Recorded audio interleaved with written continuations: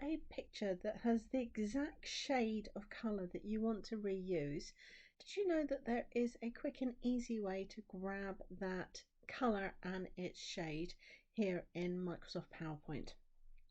Hi, I'm Michelle, a computer coach here sharing tips and tricks on your everyday software to make life that little bit easier. Now, the bad news is that this command, the eyedropper, is only available in Microsoft PowerPoint. The rest of the Office suite does not have it. But I do have a course that will show you how you can grab the details that you need to uniquely identify this color and be able to reuse it in other apps. I will link that in the description box below and also in the first comment. But let me show you how to use the eyedropper tool in PowerPoint.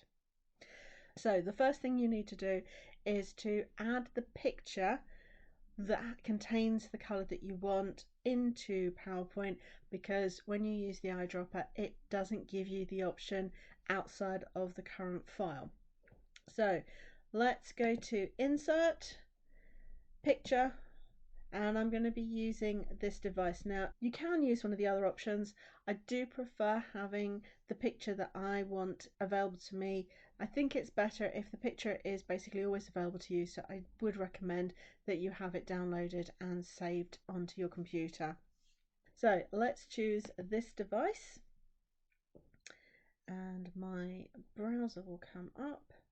I'm going to go to Downloads and let's scroll down and let's choose this blue. Blue is my favorite color, so let's choose Insert.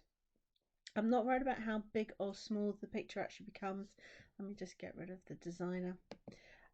But you just need to have it large enough that the color that you've chosen, in my case my blue shirt, is easy to get hold of.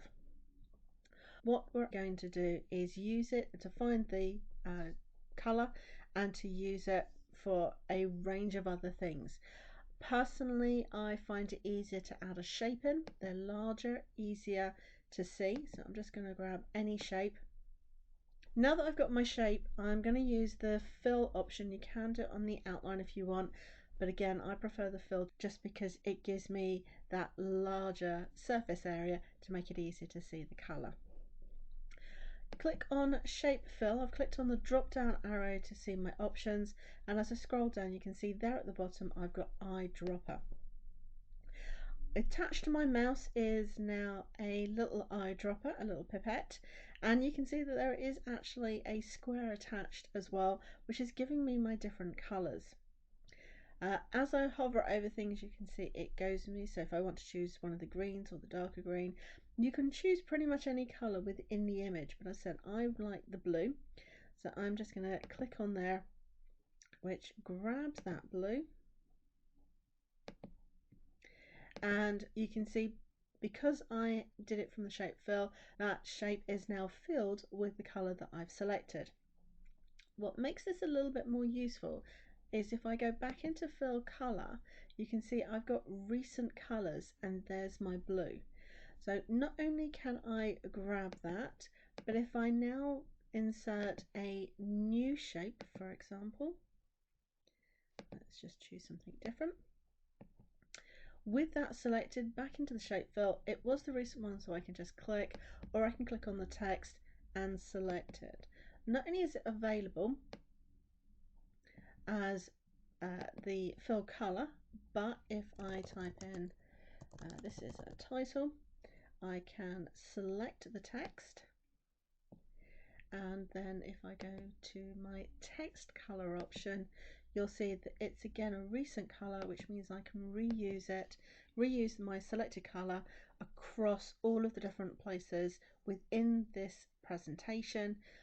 So use the eyedropper to make it easy to go and find the exact color and shade that you want to use from any picture or image. If you find this useful, please do click like. If you'd like to be notified as new videos become available, subscribe and click that bell for notifications. I'll see you next time.